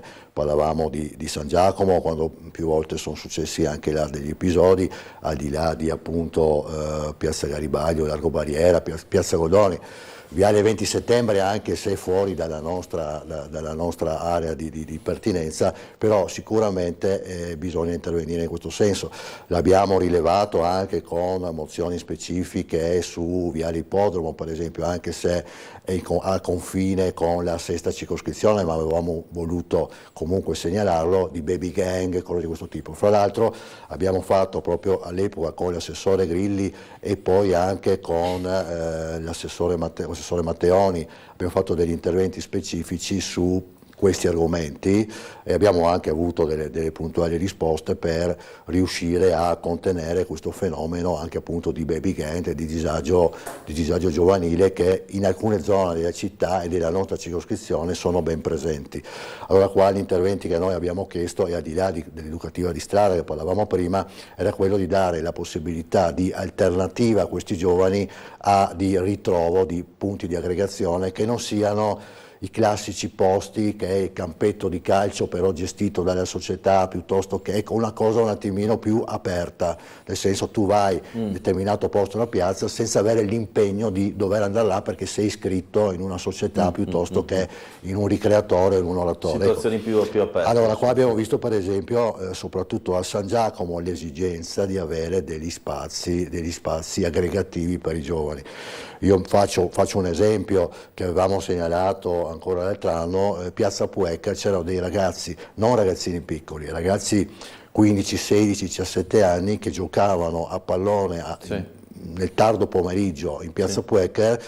Ovviamente un ragazzo è quasi adulto a quell'età là e quindi i palloni andavano a rompere i vetri delle finestre, i vetri dei negozi eccetera. Certo. Ma anche il campetto insomma, quindi loro chiedevano, noi abbiamo bisogno di avere uno spazio che però non è che dobbiamo andare per forza dalla società sportiva, per quanto io credo che le società sportive stiano chiaro facendo un grosso lavoro anche ma chiaro, manca il campetto, manca lo spazio di sfogo di una volta. Ecco, sicuramente il ricreatorio, che noi siamo un esempio, a una certa età però da ricreatorio, però sai, a un certo punto stessa cosa vale anche per l'oratorio, no? Quando eravamo ragazzi noi giocavamo in strada, sì, adesso in strada non si può più sono stati trovati, giocare. non ci sono spazi alternativi, almeno nel nostro quartiere sicuramente. Ci sono altri quartieri che hanno più possibilità, insomma magari in quelle zone, soprattutto zona San Giacomo eccetera, c'è questa necessità. Ecco, qua dobbiamo lavorarci ancora, sono allertati gli assessori, gli uffici, vedremo un attimo di trovare. Ci sono degli spazi dal punto di vista. Ma noi, ripeto, l'esempio che ho fatto nella mia premessa è proprio questo. Se lo spazio che c'era e che era stato individuato unitariamente viene invece utilizzato per fare un palazzetto dello sport bis, è chiaro che non diamo quella soluzione. Non è quella la risposta. In quegli spazi si poteva creare uno spazio dove i giovani potevano andare a giocare. Però su questo devo dire la verità, siccome le notizie che escono sono che per esempio quello spazio verrà dato a una determinata società sportiva, però di fatto l'assessore Lodi l'altra sera ci ha detto che tutto è da definire, nel senso che non è ancora deciso niente, quindi, però dobbiamo anche dire la verità che ovviamente lei ha detto noi abbiamo dei fondi PNR su questa tipologia, peccato buttarli via, abbiamo voluto fare un impianto sportivo, questo è, quindi bisogna vedere un attimo. Permane però la necessità dello spazio libero. Da parte dell'altra. Auspichiamo adesso magari, noi abbiamo già magari qualche idea che adesso vedremo assieme di trovare qualche altro spazio alternativo, magari vedremo un attimo di allora mando anche una segnalazione di un cittadino, via dei Giardini Servola c'è una sorta di mini discarica, ha mandato alcune foto, pneumatici e altre cose del genere, ve ne faccio vedere alcuna che ci ha mandato il nostro Alessandro, così magari si possono allertare anche i consiglieri circoscrizionali della zona. C'è qualcuno che insomma ha scaricato un po' di materiale, diciamo mobili, materiale edile e quant'altro nella zona di via dei Giardini a Servola. Magari allerteremo le foto, insomma, i consiglieri della festa, ci segnala, tra l'altro spesso ci sono quelle iniziative con cui proprio gli stessi cittadini vanno un po' noi come associazione ne abbiamo fatte parecchie, a pulire il territorio. Anche come circoscrizione abbiamo preso alcune iniziative assieme ad associazioni per pulire delle strade, Scala dei Cappuccini, delle azioni di sensibilizzazione che sono state comunque apprezzate, ma è chiaro qua. Io più volte l'ho detto, c'è la necessità, ma abbiamo avuto anche un colloquio con i responsabili della polizia locale, del comune, per quanto riguarda incrementare l'organico delle guardie ambientali. Sì, allora ci hanno già detto che verranno sicuramente incrementate, mi pare che adesso sono 3 unità, vogliono portarle a 6, cose di questo tipo. Diciamo che quello che sarà importante nel corso degli anni, anche perché nel programma fra l'altro del sindaco, è di aumentare ancora di più, arrivare quasi a 15-20 unità, perché con una città come la nostra effettivamente è difficile gestire con 6 guardie tutto il territorio. Tra l'altro, siccome lo facciamo anche come associazione in altre città, sarà da valutare anche la presenza di volontari. Ci sono in altre città dove abbiamo le nostre guardie ecozofile che sono comunque in divisa con un rapporto diretto con la prefettura e con il comune, che gratuitamente possono fare il servizio che magari non tutte le guardie ambientali sono poche riescono a fare. Diciamo così. È un supporto civico che secondo me si potrebbe valutare anche a livello comunale. Allora vi faccio vedere invece un servizio che non riguarda la circoscrizione ma che arriva dal nostro telegiornale di ieri sera su una decisione in arrivo da parte del comune per ampliare i parcheggi in Porto Vecchio nell'area ex Green Season a seguito diciamo così dell'aumento turistico, dell'aumento della croceristica, insomma una soluzione tampone per un'emergenza che è stata segnalata sia dal mondo delle crociere che da Federalberghi, ovvero la carenza di stalli per pullman e per auto private che arrivano. C'è chi è favorevole a questo tipo di azioni, c'è chi invece non è favorevole, il contrario. Sentiamo anche le differenti sensibilità, poi vediamo il servizio. Flussi turistici negli alberghi in aumento già nei ponti di primavera, stagione croceristica che prospetta un ulteriore incremento delle toccate. Su ambo i fronti la richiesta, più parcheggi per pullman e auto private. Il Comune di Trieste è al lavoro per varare una soluzione tampone in grado di dare una risposta all'impasse. Dopo la bretella retrostante Mirella con il nuovo mini park alle spalle dell'ex dogana, ecco che pure gli spazi esterni degli ex magazzini Green Sesam, passati ora a Palazzo Cheba, potrebbero diventare nel giro di brevissimo un parcheggio aggiuntivo a quello del Molo Quarto. Sì, sicuramente insomma, è un tema molto importante e siamo estremamente felici dell'aumento dei flussi turistici e navi da crociera, ma non possiamo non stare sensibili anche delle esigenze e delle richieste che sia le navi stesse ma anche la cittadinanza hanno bisogno di parcheggi. Per questo i miei uffici, così come quelli dell'assessore Lodi, concerto sono al lavoro per ricavare degli ulteriori e nuovi spazi, almeno per quest'anno, in attesa che partono i lavori in Porto Vecchio, vicino al Molo Quarto, tra i magazzini e Green Sesam. Questo darebbe la possibilità di un polmone ulteriore entro la fine del mese di maggio di altri 100-150 posti a disposizione sia della cittadinanza ma sia anche poi delle navi da crociera. Si tratta ovviamente di una soluzione temporanea in grado di supportare il comparto turistico per la stagione estiva ed autunnale, in vista poi dei lavori che vedranno sorgere in loco il futuro bosco urbano, il viale che ospiterà il passaggio della cabinovia e il previsto parcheggio multipiano. Chiaramente questa è una risposta immediata, ma abbiamo anche sotto mano e sotto gli occhi e stiamo lavorando anche a soluzioni definitive. Non a caso poi nel progetto globale definitivo del Porto Vecchio sono previsti anche la realizzazione di almeno 2 parcheggi in struttura per quasi 1 migliaio di posti. La decisione in arrivo da parte del Comune. De Donato, cosa pensa? Insomma, ovviamente si tratta di soluzioni tampone in vista del futuro. Io al di là non entro nel merito dell'intervento perché non ne conosco le caratteristiche tecniche, quindi cioè sostanzialmente l'area attorno ai 4 magazzini, l'area esterna io credo che noi dobbiamo essere consapevoli del fatto che la fruibilità e la vivibilità della nostra città deve essere salvaguardata e quindi dobbiamo cominciare a pensare a un modo diverso di collegare il nostro centro storico, che è ormai abbiamo visto appetibile dal mondo come una realtà attrattiva, e noi non è che possiamo pensare che se i flussi turistici continuano a crescere con i ritmi che stanno crescendo, con cui stanno crescendo oggi, la soluzione sia quella di continuare a servire la viabilità, l'accessibilità al centro con le stesse logiche che in cui lo stiamo facendo oggi. Quindi è evidente che va completamente rivisto tutta la tematica, va completamente ripensata. Comincia a diventare evidente che la gestione dei sbarchi delle grandi navi da crociera alla stazione marittima, quindi in Piazza Unità, sta diventando un grosso problema di fruibilità.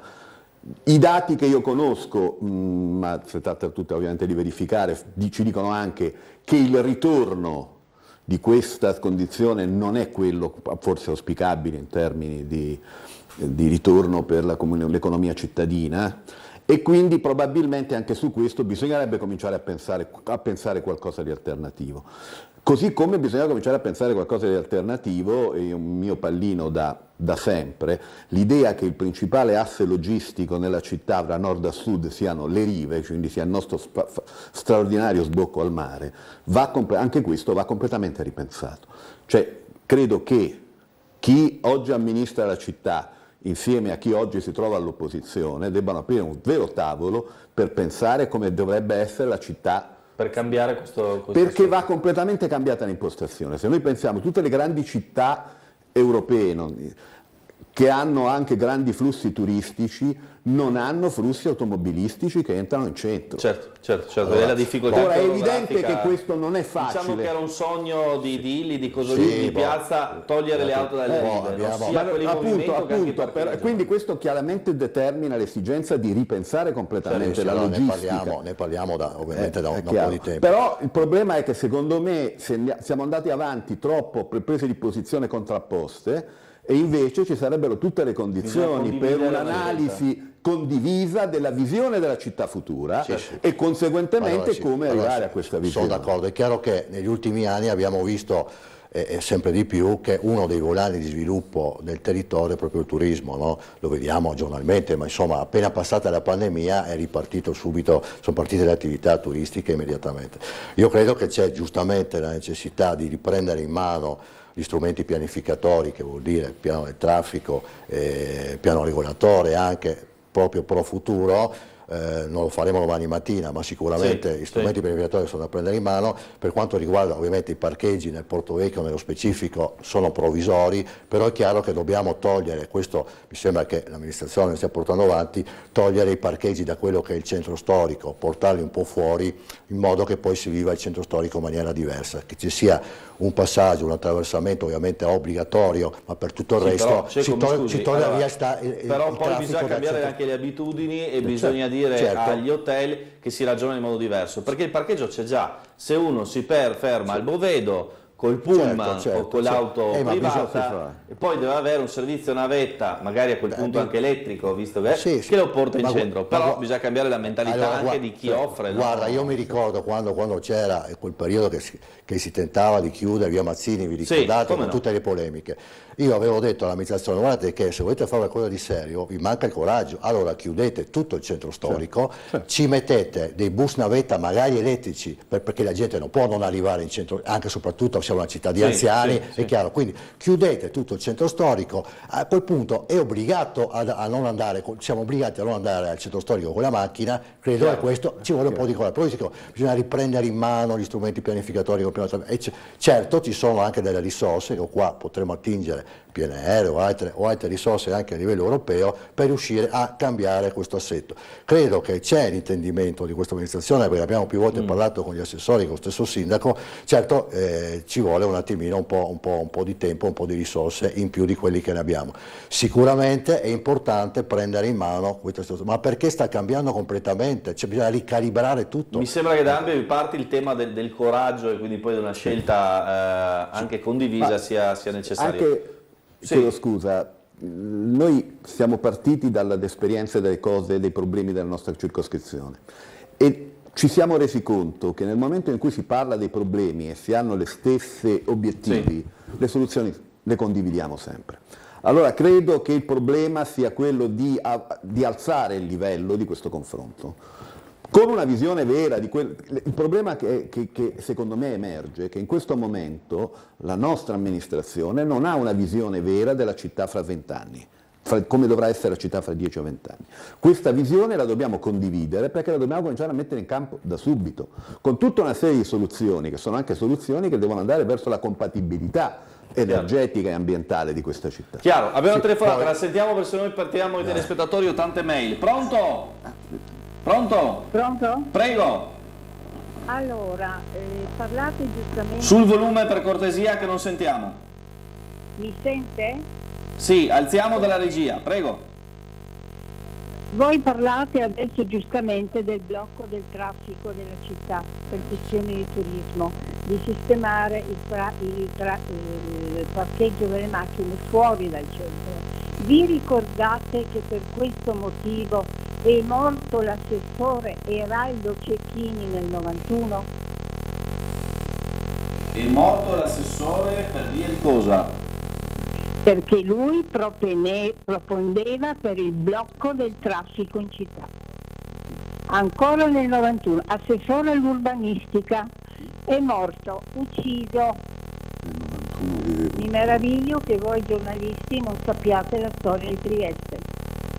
Vabbè, signora, ci spieghi questo episodio che onestamente io non conosco, avevo 11 anni all'epoca, quindi se mi può perdonare se andavo alle scuole medie. Sì. Prego. Guardi, se va nella rubrica del piccolo storico, diciamo, c'è stata anche l'edizione straordinaria nel pomeriggio. L'assessore è stato coltellato, morto accoltellato, proprio per poi è stato un processo lungo, chi l'ha accoltellato logicamente era gestito da movimenti politici che non volevano la chiusura del traffico. Va bene. Grazie. Bene. Comunque per la segnalazione, mi informerò come giusto. Devo leggere un po' di cose. Allora, ho una mail di una persona che scrive: persona alla deriva.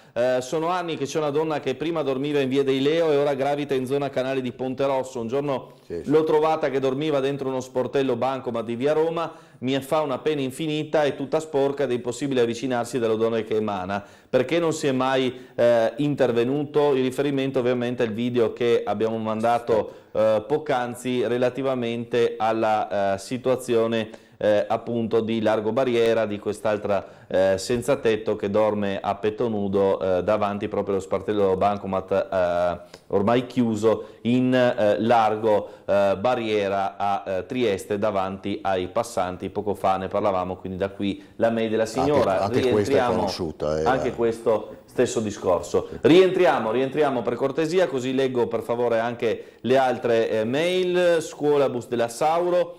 I genitori stanno ancora aspettando certezze, il sindaco dice che ci saranno, ma Trieste Trasporti dice che non ha pullman e autisti, è tutto fermo e siamo già a maggio. La questione della scuola della Sauro, del trasferimento degli alunni.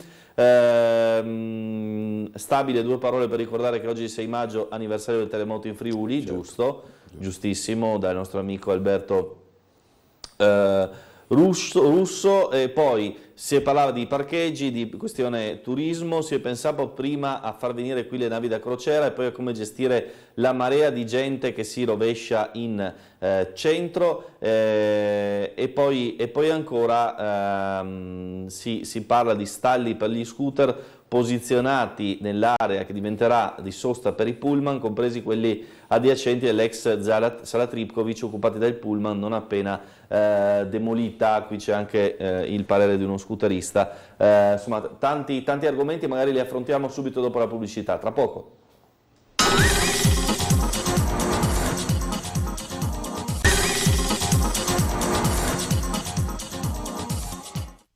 Allora, bentrovati ancora a Sveglia Trieste. Cecco vuole rispondere, credo, sul tema della signora che purtroppo si batte in difficoltà. Diciamo che è una cosa che va avanti da almeno una decina d'anni, no? Mi ricordo prima giustamente era sempre in zona via dei Leo, quelle zone là, poi si era trasferita, io l'avevo nel portone dell'ufficio in via Diaz.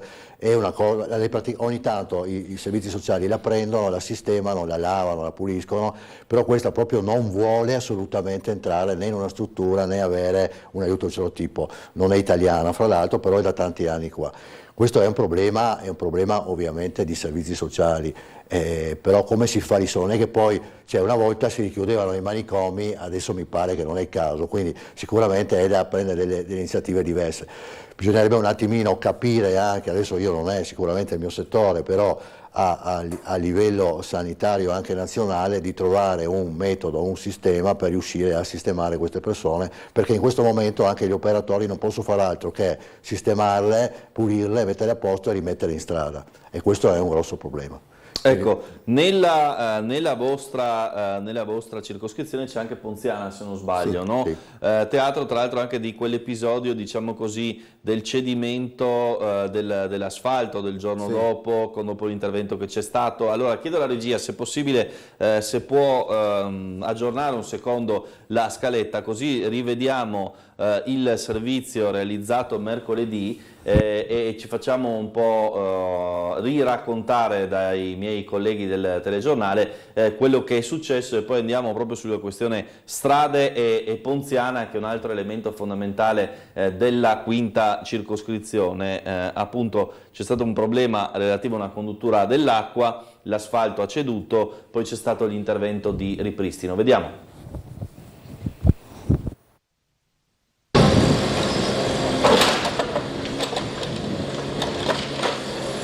Cedimento dell'asfalto, strada chiusa, traffico deviato e fornitura dell'acqua sospesa per consentire le riparazioni.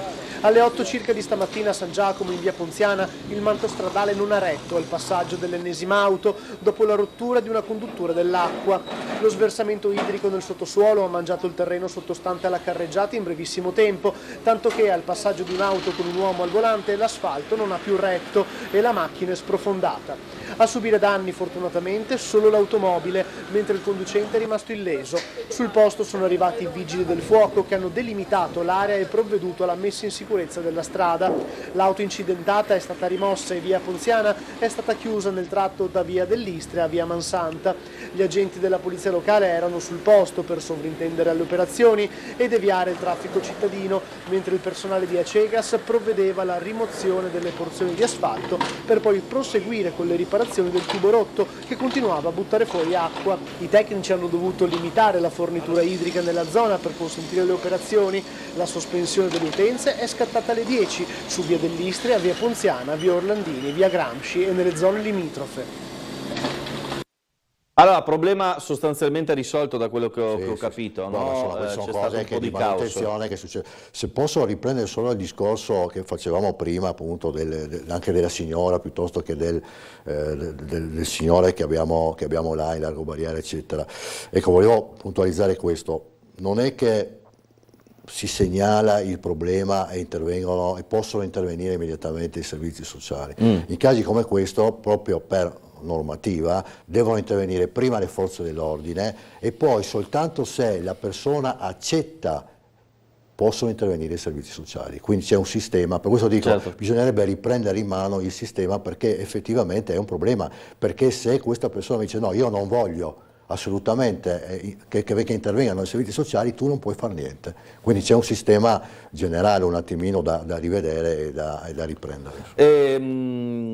Allora andiamo a vedere anche questa mail che ci è arrivata. De Donato, le faccio vedere questa foto del nostro amico Giuliano che dice: buongiorno, sono Giuliano dello SPI di San Giacomo, SPI CGL credo, immagino. Avevo mandato mail alla vostra circoscrizione per problemi inerenti all'abbandono da più di un anno tra via dei Giuliani e via Diaco? Sì, via Diaco, di materiale, Diacono, scusate, di materiale edile abbandonato, quindi tra via Giuliani e via Diacono, materiale edile abbandonato, dice il nostro telespettatore. Gradirei una risposta. Vediamo anche la fotografia sulla sinistra, credo quindi una cosa già alla vostra attenzione. Possiamo andare a vedere comunque, sì. L'abbiamo diverse di è una delle segnalazioni che ci sono arrivate. Ne abbiamo parlato con l'assessore Babuder l'altra sera. Ci sono nella nostra circoscrizione alcuni casi di questo genere. Ecco, tornando a quello che diceva prima proprio lo stesso De Donato, ovviamente una situazione del genere, rivediamo la foto, è ovvio che poi, come diceva lei prima, per esempio via Madonnina, se uno è con la carrozzina, cosa fa? Certo, lì non passa. Sì, sono cose che segnaliamo però. Sono cose che segnaliamo, ripeto, la risposta che ci è stata data in alcuni di questi casi è che sono situazioni che l'amministrazione comunale conosce, ma che dove si può limitare a intervenire delimitandole, ma poi se i soggetti responsabili non intervengono. Certo, allora il problema che abbiamo segnalato, scusami Carlo, il problema che abbiamo segnalato più volte anche di cantieri abbandonati, qual è? È che con tutto questo caos del 110 eccetera eccetera si sono inventati molti delle ditte, sono nate ditte nuove che poi alla fine alcune sono andate anche in fallimento. Io ho parlato più volte con la polizia locale, quando la ditta va in fallimento e lascia il cantiere abbandonato non possono intervenire se no con una procedura molto lunga, l'avvocatura comunale eccetera eccetera, quindi la cosa resta là mesi. L'abbiamo visto, mi ricordo anni fa come associazione abbiamo segnalato in via Valerio, c'era un problema di un cantiere abbandonato e appena dopo 2 anni, attraverso l'avvocatura comunale, il comune è potuto intervenire in un sito privato a quel punto, perché qua è come se fosse privato perché alla fine hanno una concessione, no? Paga l'onere, e quindi il problema è lo stesso, è un problema burocratico che più volte abbiamo rilevato e si è un po' incrementato in questo periodo proprio per il problema dei cantieri abbandonati, anche piccoli cantieri. Sentiamo la telefonata. Pronto, buongiorno. Pronto? Buongiorno. Prego. Volevo dire ai signori ospiti vostri riguardo ai parcheggi. I parcheggi voi non li volete o non li sapete come volete fare. I parcheggi fatti in città vuol dire portare macchine e a parte il fatto che se si vorrebbe fare, non farlo via, fare parcheggi a Sistiana, portare i turisti a Trieste con il delfino, o 1, 2, 3, 5 delfini, e fare il giro del Golfo. Correrebbero da tutta Italia a fare il giro del Golfo, correrebbero da tutta Italia a fare il giro del Golfo e le macchine stassero a Sistiana, senza ingombrare la città. Ma il comune cosa vuole fare una via che non servirà a nessuno, e senza corrente che non abbiamo, come funzionerà? E quando si elabora, cosa succederà? Sarà la sedia a dondolo appeso, e come scendo da lassù, mi butto giù? Va bene. Senza corrente mi sono butto interessanti, giù. il discorso più imbarcazioni, quindi più, perché ovviamente il Delfino Verde e le altre imbarcazioni che offrono quel servizio ha un limite di posti, poi ci vogliono però degli hub dove fermare le auto, però insomma è comunque un'indicazione che arriva dal nostro amico. Prego. Beh, credo che l'intervento del nostro telespettatore sia coerente con quello che dicevamo prima, cioè adesso non so se la soluzione sia quella del collegamento navale, marittimo, piuttosto che di altro genere, ma diverse, no? Sicuramente più meccanismi. Quello marittimo potrebbe essere uno delle soluzioni, ma in ogni caso quello che è chiaro che va ridisegnata completamente la logistica della nostra città. L'approccio alla città. Ancora una telefonata, pronto? Buongiorno. Pronto? Buongiorno. Prego. Pronto, mi sente? Sì, signora. Volevo dire, no, a proposito della signora poveretta, così abbandonata, no?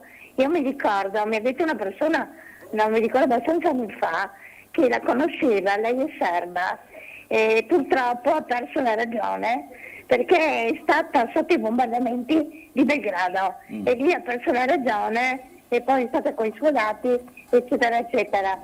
Devo ricordare, anche se forse è un commento che non andrebbe fatto adesso, che quando è stata bombardata Belgrado nessuno ha mosso un dito, mentre adesso per l'Ucraina si muovono tutti. Volevo solo fare questo commento che magari fuori posto, però va fatto, ecco.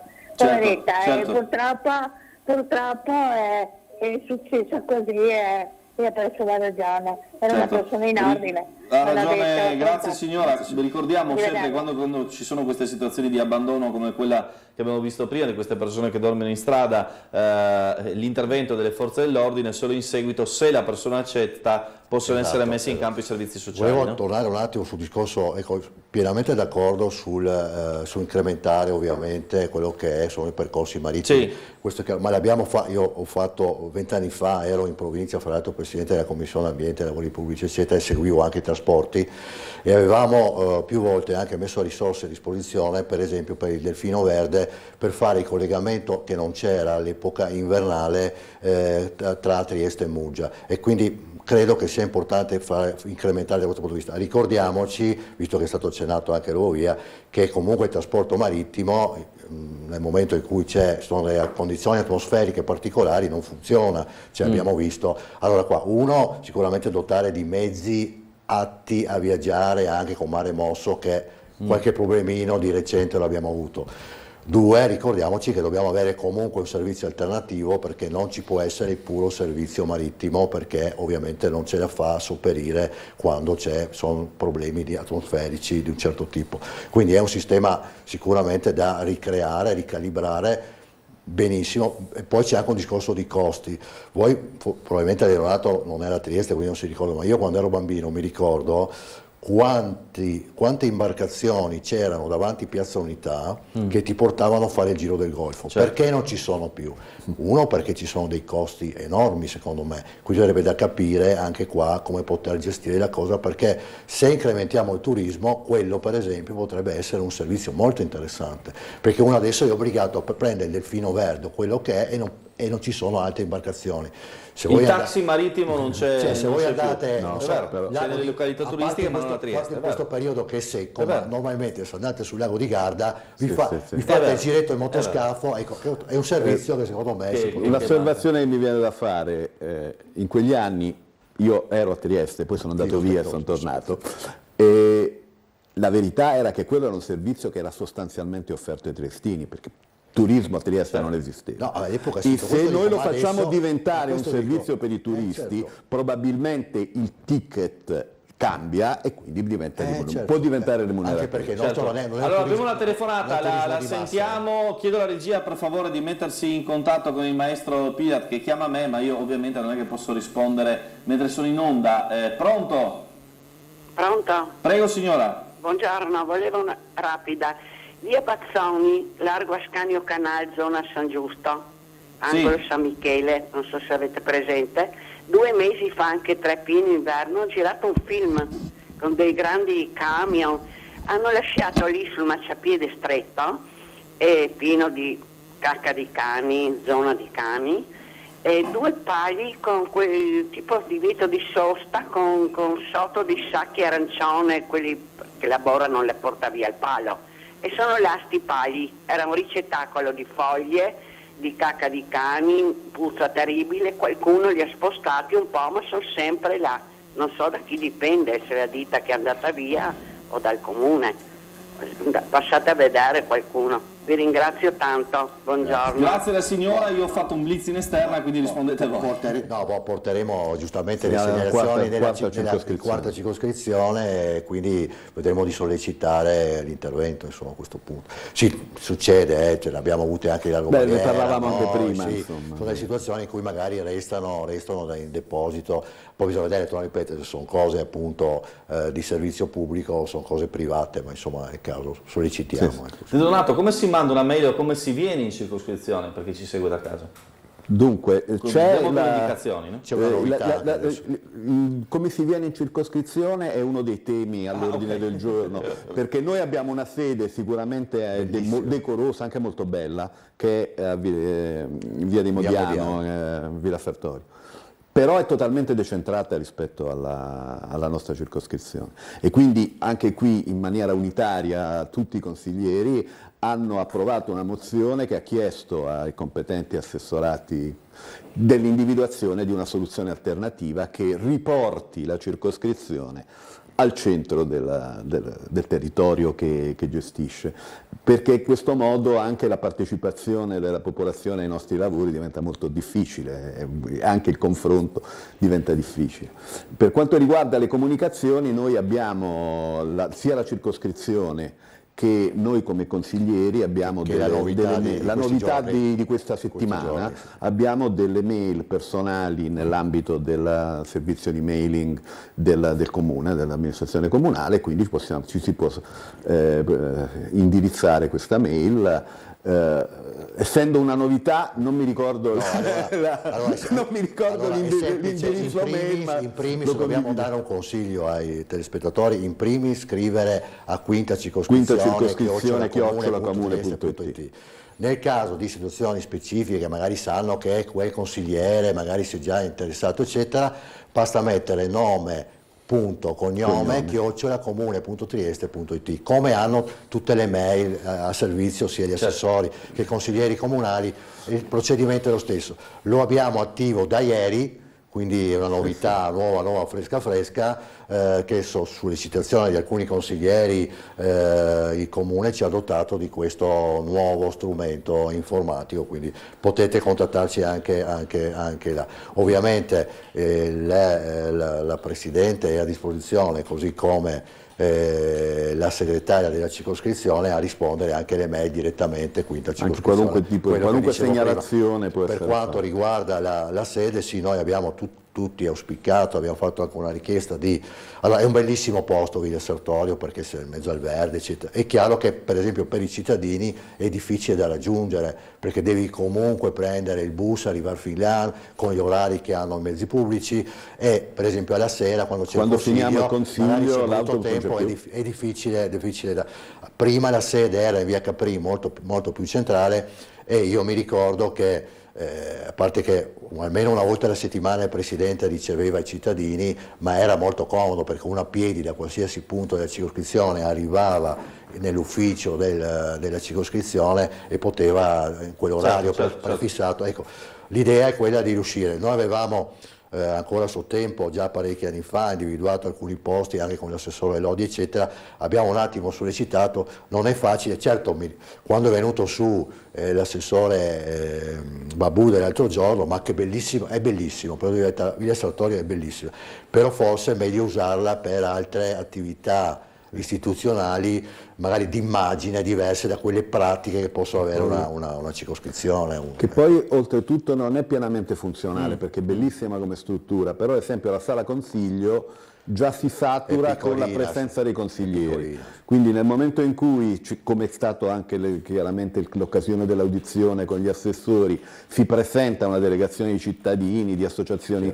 cosa diventa un problema anche di capienza, quindi noi avremmo bisogno di una struttura più baricentrica e che abbia anche una sala c'è il vantaggio che hai il parcheggio, quindi non hai problemi, però per esempio ci sono diversi consiglieri circoscrizionali che non usano il mezzo privato e con il mezzo pubblico, soprattutto la sera, diventa un po' complicato.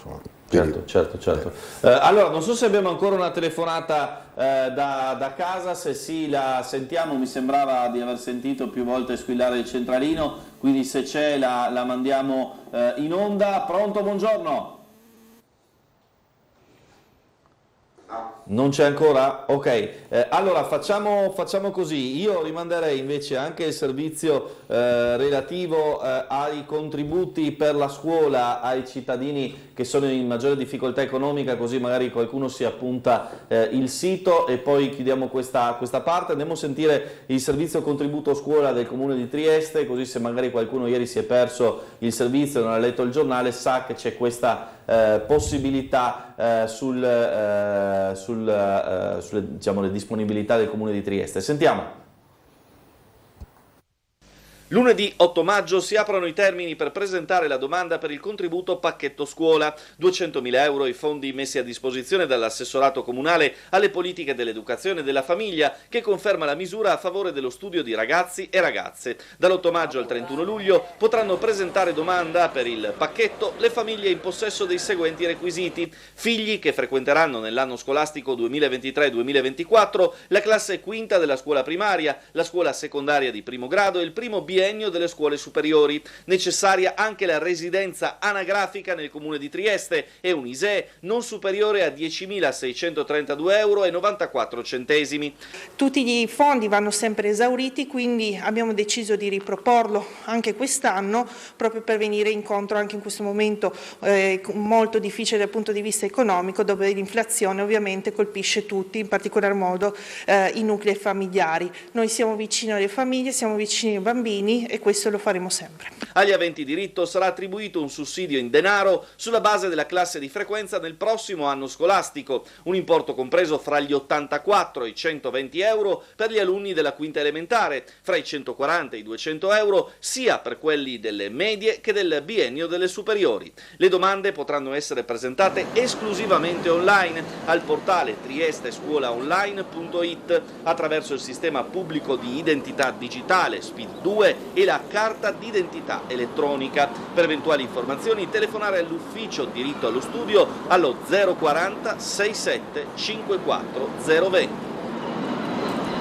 Bene, allora abbiamo dato delle indicazioni anche per le famiglie appunto che hanno bisogno di questo aiuto. Cecco, vuole aggiungere qualcosa? Che insomma, è importantissimo ovviamente per dare sostegno alle famiglie.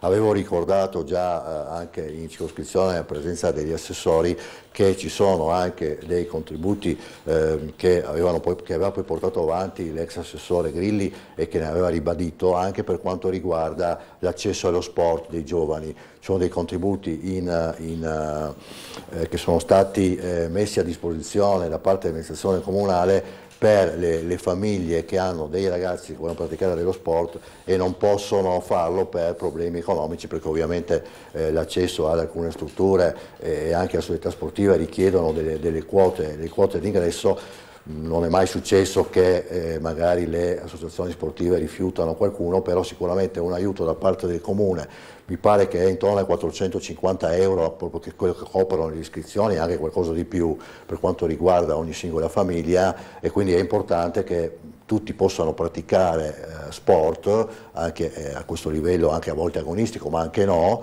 senza avere il problema di non poterlo fare perché magari non riescono a tirare fuori i soldini per il ragazzo.